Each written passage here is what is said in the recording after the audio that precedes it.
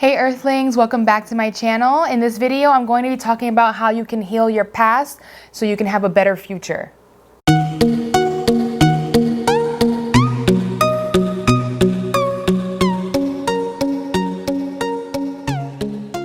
So to start off, we have to understand that everything happens for us, not to us. So all the hardships and negative things that we may have had to endure in the past, it didn't happen to us, it happened for us. And when you start to look at things this way, things start to change for you. If you keep thinking that things happen to me, or this happened to me, this happened to me, then you're gonna end up being a victim to your life, and you're not gonna have control over your life. And you're gonna end up attracting the same kind of bullshit over and over and over again to you until your soul realizes, oh, I'm in control of my own, my own destiny, my own life. I'm actually creating all of this on purpose because I'm trying to learn from it, and I want to experience this for a reason. So that's one thing that we have to remember, that we came here for an experience. Nothing is really personal. And we have to remember that. So when people lie to you, when people steal from you, when people are rude to you, you created that. And I know it's hard to fathom because you can go to the extreme of saying, well, if I was raped or I was, molested or something like that. But in reality, you did choose for that to happen. I'm not saying that, you called upon it and everything. Obviously, that person that did that to you is, at fault, and it doesn't mean that they're less of an asshole for doing it, but it also means that you chose for that to happen because you are God, and you wouldn't choose something for you that you can't handle. So you chose that for a reason. And all those people that have, gone through things like that, like if they've been raped or molested, or people that, that when you're lied to, or you get stolen, when you get things stolen from you and stuff like that, it makes them a better person. And you have to remember that when you're going through things like this, that those type of hardships happen for a reason, because sometimes if you don't go through that experience, you won't be able to become the person that you are. So it's time to actually tell yourself, you know what? I'm not going to be a victim anymore. I went through that already. I experienced being a victim, and that was great. Not really, but that was an experience in itself, and I'm ready to take control of my life and stop being a victim to that person that wronged me or to that situation. So the minute you start doing that is the minute you start to take control of your life, and you're able to, do things that you wouldn't be able to do, or you're able to manifest things that you weren't able to manifest before. So one thing that people don't realize with the law of attraction is that you can't manifest things if you have a blockage. You can't manifest what you want if you have a blockage in there. Okay, so let's say I have a past where I've had like 2-3 boyfriends that cheated on me, but I never healed from that. I never really took the time to really feel those feelings. Like maybe I cried then, or I sulked and stuff like that. But especially knowing me in the past, if something were to happen to me, I used to like just get drunk, or I used to go party, or I used to just hang out with friends, or you go on the internet, do something that would distract me from feeling those feelings. And that's one thing that hinders us from, living the life that we want, is that we tend to distract ourselves because we don't want to feel those feelings. But part of the human experience is to feel feelings, because we don't feel those type of feelings in our high dimensional state. We chose to come to Earth in order to feel those feelings. And we want to know what it feels like to be a victim, because we're not used to being victims. So we want to know, I wonder how it would be like to be a victim. Sips tea. Like literally, guys, sips tea.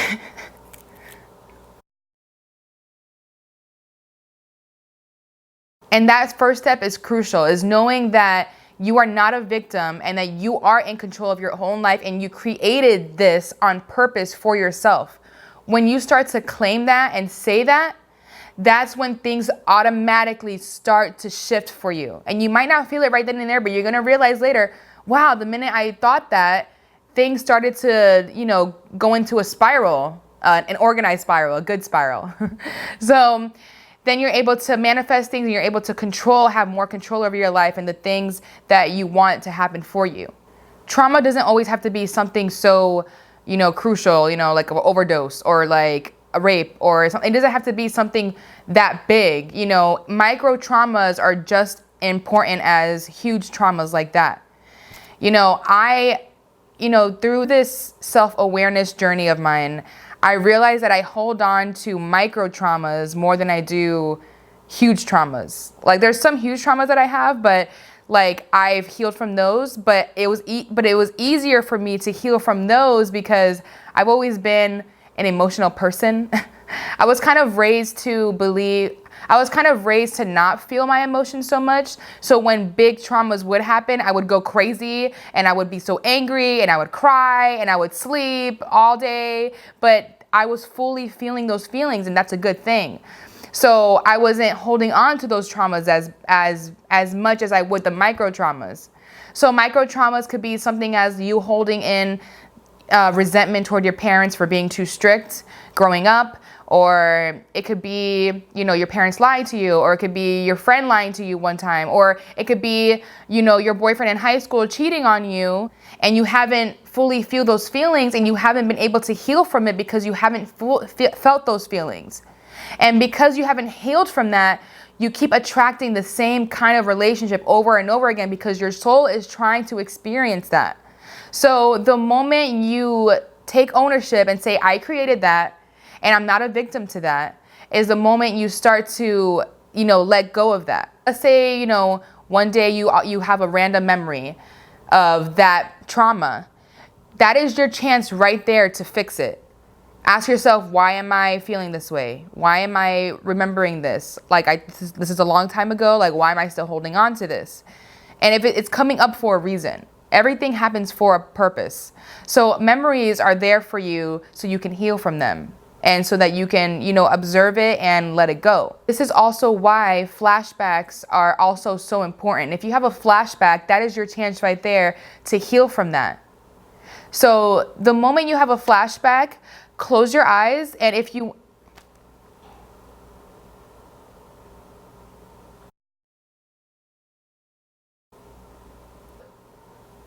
okay. What helped me is healing through flashbacks. Your brain doesn't know the difference between what you're seeing out here and the difference between you closing your eyes and visualizing something. When you're visualizing something in your brain is saying, oh, this is happening right now. Like there's no such thing as time. Time was made up to confuse us and to age us. And it's our belief in time that keeps time around. But truly, there really isn't any time. Everything is happening in the present. There is no past, there is no future. Part of the contract that we signed coming to Earth is to experience the past and the future and the present. So one of our goals to living this life and to living a happy life is to be fully in the present. But you can't live fully in the present if you're holding on to your past. So a good way to heal from your past is through flashbacks.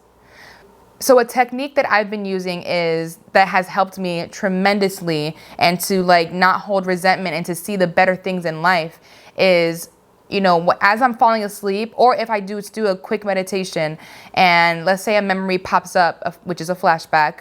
So let's say it's my mom yelling at me when I'm a teenager.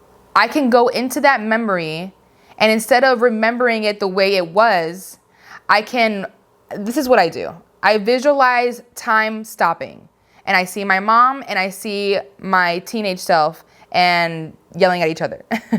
And I'm able to freeze time, go walk up to myself, my teenage self, and I visualize this whole thing happening. It's honestly like a movie. And this is where movies come from, guys. Movies come from the collective consciousness. We're all taking part of a collective consciousness, and movies, just a side note, movies get their ideas from us, basically. So anyways, I'm able to freeze time as my mom is yelling at me, and I'm able to go to myself and say, listen, everything's gonna be okay. You're creating this, you're doing this for a divine purpose. Don't take anything that your mom says personally. She has her reasons for what she's doing, and at this moment you just have to forgive her. And then I visualize myself as the teenager just not taking it personally and not getting so worked up. And that way you're able to rewrite your past. So the things that you really experienced, did you really experience them at all? Because you're able to really actually go into it and change it. You're able to change the past. It's like you're time traveling, and it is. So you actually are time traveling. That's how powerful we are, guys. Like I don't know, like this, it's just so crazy because like the way I think now is just so like supernatural, and this is the way of the world, and this is what our world is progressing to, is realizing how powerful we are and how we can change things and time travel and all this shit. So I was able to change that for me, and I'm still working on it because there's still some instances that I need to like not be triggered. Like my mom and my dad too, like, and this is actually with most, if not all people, their triggers are usually with their parents. So like nobody can trigger you the way your parents can, but it's because you've known each other for so long. You know how you act, and you know it's just the way it is. But there's a reason for that, and you're able to, and you can heal from that. And so I am personally trying to work on my triggers with my parents. Like, you know, I have to remember that nothing is their fault. If I'm getting mad at something, or if I'm getting worked up of something, it's my fault. And I have to ask myself in that moment, why am I getting worked up? Why am I getting worked up? What am I still holding on to? Because we, as high frequency dimensional beings, we should be able to handle anything that comes our way. And not only that, but if you create your own reality, you're creating your parents yelling at you. You're creating that. So you have to ask yourself, why am I creating that? How did I attract that into my life? What is this telling me? What do I have to work on the inside? And I promise you, observe it, keep observing that situation, and the answer will come up. You know, it takes practice. You're retraining your brain to think a different way than what society has been telling you to be. You know, your society has been telling you to be a victim your entire life, and things happen to you, and you have to fight for your right and all this stuff. And it's like, no, you don't. You really don't. If you know who you are, you don't have to fight for anything. If you know who you are as a person and you're secure in who you are, then you shouldn't have to fight for anything. So when things happen to you, you have to ask yourself, what am I doing to attract this in my life? So I am going to link down some meditations that have helped me in the description box down low. These are meditations there's one by Aaron Doty, who is amazing. I love him. He did a meditation of healing your past. So basically he talks to you and he basically says, okay, close your eyes, imagine this and imagine that. And then a memory will pop up and you're able to go into that memory and heal that entire memory. Also, something that most of us are dealing with is that we still have our inner child locked in within us, because our inner child hasn't healed from a lot of the micro traumas or big traumas growing up. So our inner child is still waiting to be free. So one thing that we can do is we can constantly talk to our inner child. You know, imagine yourself at that 5-year-old stage, or that 12-year-old stage, or that 18-year-old stage. You can imagine yourself, you can be 25, but and still imagine yourself at the 24-year-old stage. If you went through something as a 24-year-old that you haven't healed from. You know, you can time travel and talk to, a visual. You can do this while you're just walking around or whatever. It doesn't have to be a meditation. You can do this all the time or anytime.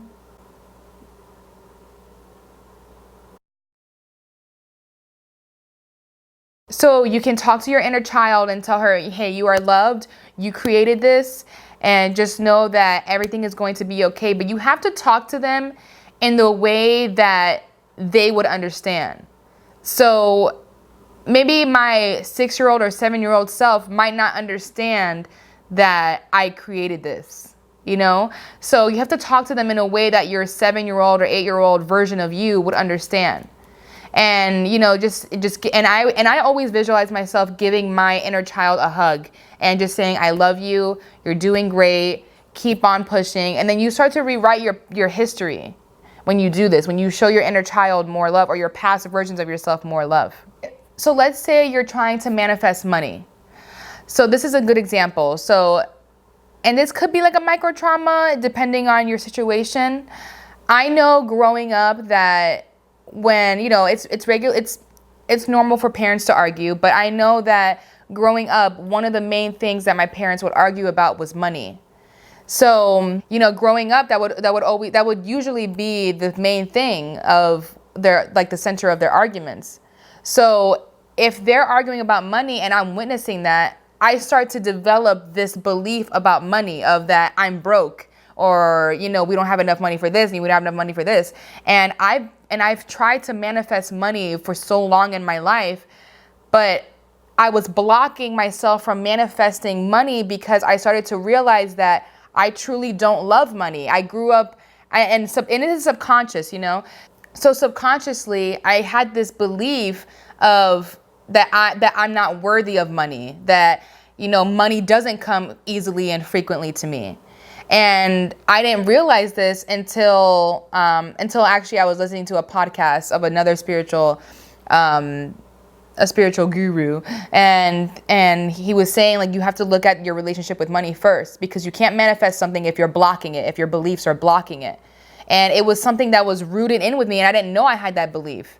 So I started to realize, oh, I'm not worthy of money. Like, and I also had this belief that money is the root of all evilness, and it's not. It really isn't. We are the root of evil, guys. We are the root of evil. It's what our mindset is at. Money is not the root of all evil. We created this society collectively. We all did. There's different versions of us that, it may not seem that we presently did, or this version of us did, but we did. So how I was able to heal from that belief is, first off, awareness is the first thing. You have to be aware of something in order to heal from it. So I was aware of it, and I realized, oh, wow, okay, I don't love money. Like, I believe that money is just for these rich people that are trying to control us. And I have to realize that there is enough money to go around for everyone. For everyone, guys. We are all able to be plentiful, and we're all able to be abundant. There's not just a little bit of money here that can only go to these rich people. We are all able to make any kind of money and however much money that we want. So, money is an energy. So that was a little micro trauma. Like, so traumas could be even something little as that, something that made you disbelief in something. So the minute I realized that, money started, and another thing that I do is write affirmations down, is money. And one thing when it comes to money is money comes easily and frequently. Money comes easily and frequently to me. And now that I was able to break through and be aware of that disbelief that I had subconsciously, now money is coming to me easily and frequently. And I'm a stay-at-home mom. I'll go into it later, but because that's not the focus of this video, but I'm manifesting money in more ways than I ever thought I would, and I'm not working hard for it, like serving and stuff. You know what I mean? So, as soon as you believe that, and you see and you have to look at your relationship with money, you're able to heal that, and then you're able to manifest money. But this is not just money, like, this is anything. So if you're holding on to a trauma of your past boyfriends or your past girlfriends cheating on you or lying to you or being a narcissist or treating you a certain way, and you haven't healed from that, and you haven't taken accountability for it, like, what, I attracted that into my life, I created that, then you're being a victim to it, which means that you can't heal from it, which means you're going to attract the same kind of guy or girl over and over again. Or you will get, a good partner in your life, and you'll treat them like shit because you're still viewing them as your past relationships. So you have to heal those first in order for you to manifest the kind of relationship or the kind of experience that you want. If you didn't really travel much as a kid and you resent your parents for that, or you resent whoever for that, you're going to have this belief that I can't travel. I don't have enough money to travel. And then you're going to end up, having this false sense of belief, and you're going to end up not traveling, and you're going to end up, not being happy in life because that's one of your purposes. You want to travel so bad, but you're not able to because you're still holding on to that, that disbelief in your subconscious that you can't travel, or you're not able to, or you don't have enough money to, or whatever. So this can happen in any area of your life. You're able to heal through that, guys. So the different techniques that you can use is rewriting your past and healing through those flashbacks. And I know it may be hard for some people to visualize. That means that your left brain is turned off. It means that, you know, your creative part of your brain, you know, we're all able to visualize, but some of us need more practice than others. And I know my entire life, I haven't been able to visualize anything up until like 2 or 3 years ago. And so now I'm able to visualize things, and it's actually pretty cool because it's like a movie in my head. So you're able to time travel through your flashbacks, through your visualizations, and you can fix those past traumas by talking to yourself. And, you know, just shooting love at yourself when you see yourself in a bad situation. If you have trouble visualizing, or if you have a hard time, you know, staying focused on visualizing and trying to heal through your flashbacks, there's meditations that you can look up, and I'll actually link some down below in the description box that you can use so that you can heal those past traumas. But that is all for me, guys. Thank you so much again for watching my videos. And for the new viewers, please subscribe to my channel. I'm really trying to be a more credible YouTuber, and I can really use your help, guys. Thank you, guys. Like, comment, subscribe, ring that alert button so that you can get a notification every time I post a video. I appreciate you so much, guys. Have a nice day. Namaste.